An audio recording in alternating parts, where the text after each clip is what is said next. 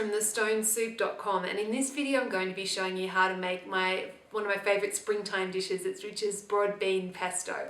So we'll jump into the kitchen and I'll show you how to make it. For the broad beans, I've got a pot of water on to boil and I'm doing the first stage of peeling. So I'm almost done, so I just wanted to show you how to do it. So usually just twist and then use your thumbs to kind of get in and get out the broad beans, but you'll figure out your own strategy.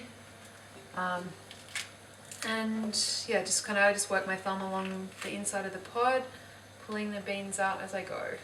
Water on boil, and I'm just going to pop my broad beans in and just leave them in there for 3 or 4 minutes. So after I've drained the broad beans, I pop them in a bowl with cold water and I've just let them stand for a couple of minutes for them to cool down. So now I'm going to drain them out of the cold water and we're ready for the second peeling. I'm almost done on the second part of peeling the broad beans. So if you were using frozen broad beans, you'd need to do this as well. So they have just a little skin. So I usually just put my thumbnail in and tear and then use my other hand to squeeze them out, and they don't always come out that easily, but mostly you'll get a bit of a rhythm for it as you go along. But I've seen some recipes will say if the broad beans are really small, you don't have to do the second double peeling, and I've made that mistake before and I've never had, it's always been like, even if they're small, the skin, this kind of skin is like, it's really papery and it's disgusting, so it's always worth the effort.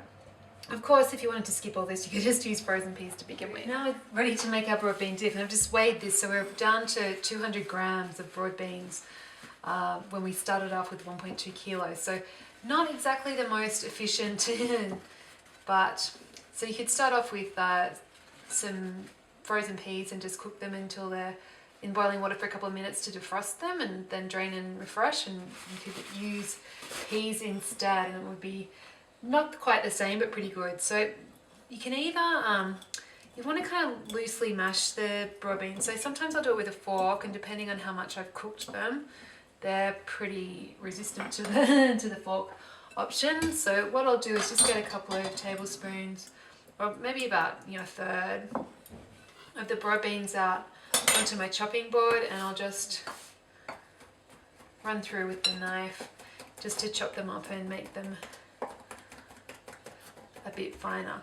And you could do the whole thing in the food processor if you wanted to make more of a pesto-y kind of paste thing, but I think it's really nice to have the chunkiness, so it's really up to you, but this is my favorite way. Go back in the bowl, a bit messy, but you get the picture.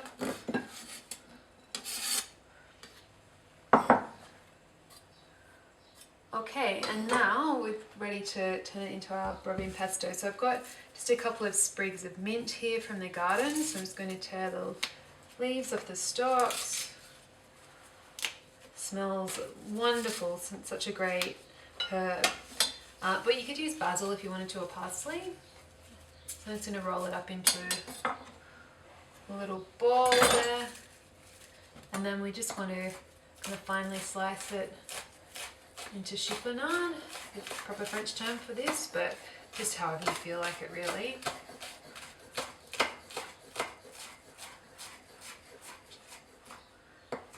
Great, so the mint goes in with the broad beans, 3 or 4, 2, 3, might go for 4 tablespoons of olive oil just to bring it all together, and we'll get a pinch of salt in. Oops, one broad bean jumped out when these things are like gold, so pop them back in. And then I've got a couple of generous handfuls here of finely grated parmesan, so you get that in. Yum.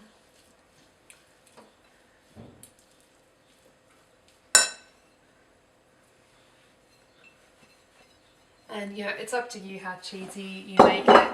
I like to have a fair bit of parmesan action going on, and if it's looking too dry, then another couple of tablespoons of oil just to loosen it up a bit. Make it a bit more saucy, and it's up to you. This is kind of more like it's a salsa consistency, but if you wanted it more saucy, just keep going with the oil. Just a little bit more oil. Nice and glossy.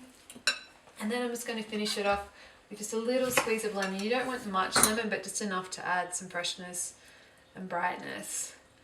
And then I'll just give it some salt, some pepper, and we're good to go.